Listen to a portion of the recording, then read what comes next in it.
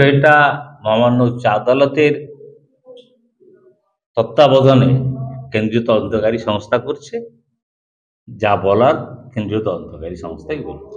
জগন্নাথ চট্টোপাধ্যায়কে গতকাল আপনি একটা আইনি নোটিশ পাঠিয়েছেন হ্যাঁ, ফেসবুক পোস্টে, হ্যাঁ। এই বিষয়টা ব্যক্তি জগন্নাথ চট্টোপাধ্যায় একটা কথা লিখেছিলেন, যেটা আমার মনে হয়েছে আমার সম্মানহানি হয়েছে।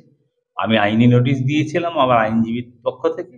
উনি তার শুভবুদ্ধির উদয় হয়েছিল, উনি 2 ঘন্টার মধ্যে তার পোস্ট উইথড্র করে নিয়েছেন। এবং গতকাল আমার সাথে আমাদের রাজ্যের সভাপতি সম্মানীয় ডক্টর সুকান্ত মজুমদার কথা বলেছেন। আমার এই চ্যাপ্টার নিয়ে আপনারা আর বিশেষ করে জল ঘোলা করার চেষ্টা করবেন। দাদা, একটা বিষয় সেটা হচ্ছে যে বিভিন্ন সমাজ মাধ্যমে বিভিন্ন রকম ভাবে বলা হচ্ছে বা বিভিন্ন জায়গা থেকে বলা হচ্ছে যে শুভেন্দু অধিকারী যেহেতু নিয়োগ দুর্নীতির বিরুদ্ধে রাস্তায় নেমে প্রতিবাদ করছে, আমিও বলছি তো, আমিও নিয়োগ দিব্যেন্দু অধিকারী নামটাকে সামনে রেখে আপনাকে একটা কথা বললাম, প্রমাণ যদি হয় দিব্যেন্দু অধিকারী তো অত বোকা নয়, গলায় দড়ি দিয়ে ঝুলে পড়বো কথা বলতে পারবো না।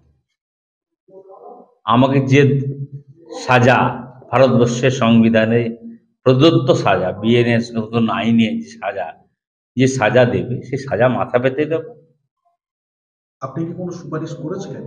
আমি কোনো মন্তব্য করব না, সবটাই অতীত হয়ে গেছে। আর বাকি যা বলার কেন্দ্রীয় তদন্তকারী সংস্থা বলবে এবং মহামান্য উচ্চ আদালত গোটাই মনিটর করছে। মহামান্য উচ্চ আদালতের মনিটরিং যে কেস চলে সেখানে আমার মন্তব্য করার শোভা পায় না।